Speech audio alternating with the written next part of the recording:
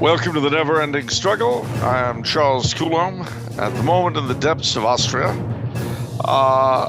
And what we are going to explore in this newly born series is Catholic history, which has truly been a never-ending struggle, literally, between good and evil, on a scale that goes from all the way from the cosmic to the individual, from the powers and principalities, the spiritual forces in the high places of the air, down to each of us in our own hearts. The first thing we have to realize is that we live today in a very difficult, unpleasant time, both in church and state. I think that's fairly easy to understand. And it's easy to despair. It's easy to be filled with hate. Unfortunately, that's precisely what the devil wants out of us, to share his own misery, his own hate, his own despair. Fortunately, the study of history can really help us avoid that. When you don't know any history, you're trapped in your own experience, in your own day-to-day life. That's all you've got.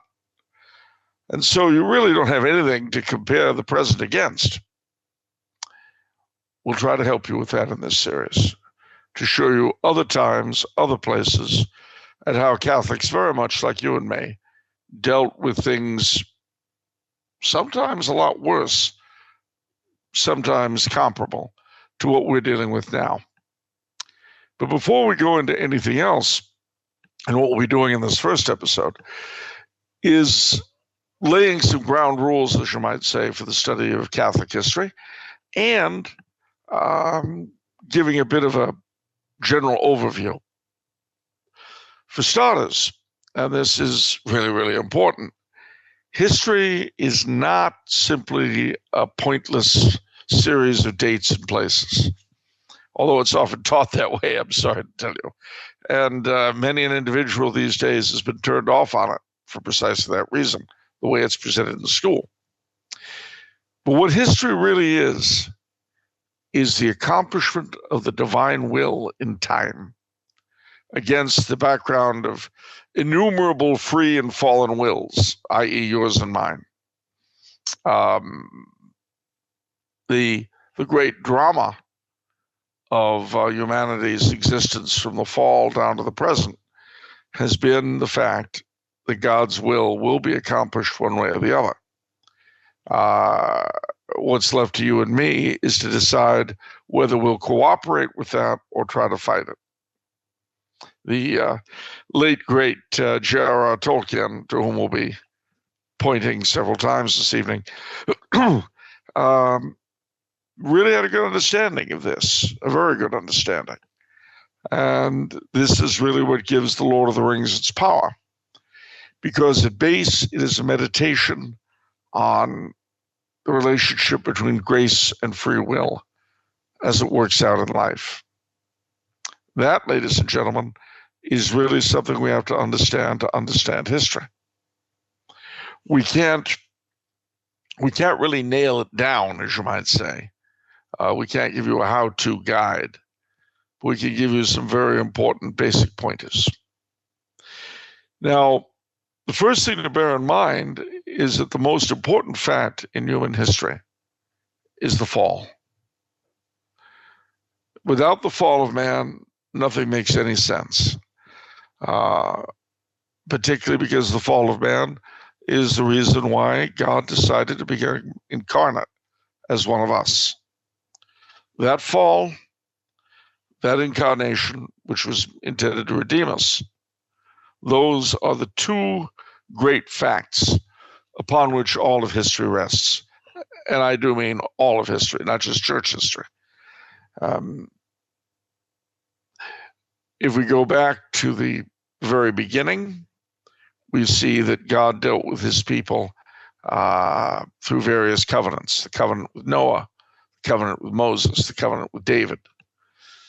As time went on, he selected a particular people from the masses of the different nations, masses of people that were about then, and slowly but surely, often despite themselves, prepared them for the great role they were going to play as the kindred of himself, of the second person of the Trinity. It was through the course of this history that the Davidic kingship of the people of Israel was developed. The line that would, as he promised David, as God promised David, and ultimately as he promised Abraham, would endure forever, but not in a way that they expected. The reason being, of course, that in the fullness of time, when he became incarnate, God chose to be incarnate as a man, as the rightful heir of King David and the heir of all of the promises that had been made to Abraham and to Moses and to David. Well, this brings us to the very start of the church itself, which arguably could be said to be the Last Supper, Maundy Thursday. That was the night upon which Christ started the priesthood, the Blessed Sacrament, although, of course, that's also intimately connected with the crucifixion the next day, the sacrifice of the Mass coming to us from that moment. But also, it was when he united his own Davidic kingship with the communio of the church. Now, what does this mean? It means that he created the church to be a religious body, but also a kingdom. Now, in the first years of the church, this was not that great a deal because there were no Catholic governments, there were no Catholic countries. What there were scattered bands of Catholics in the Roman Empire, in the various neighboring countries, doing their best to evangelize their neighbors and make more disciples of Christ, and very often being murdered for doing so by the state, not just by the Romans, but by various unhappy neighboring countries. This began to change, though, in the year 303 AD, when Armenia converted to Catholicism, king and all.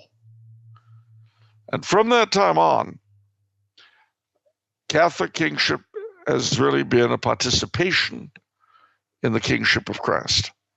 And a good Catholic king, a saintly Catholic king, has more or less consciously realized this and looked to Christ for an example.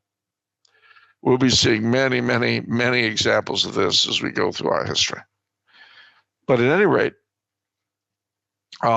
Georgia, Ethiopia both converted soon after. And then in the Roman Empire, where Catholicism had been legal since the Edict of Milan in 311, in 380, it became the state religion of the Roman Empire. And baptism became, in addition to membership in the church, it became entry into Roman citizenship, which had been a very restricted and special thing prior to that time.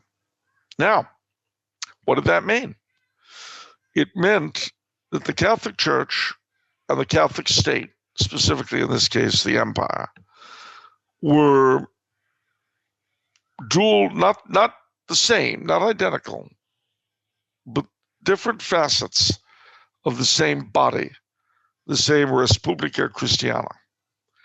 As the barbarian tribes came into the Roman Empire and other Catholic kingdoms developed and all that, nominally under the aegis of the emperor, this assemblage was called the Res Publica Christiana. In French, the Occident, in German, the Abendland. But it was the Christian Commonwealth.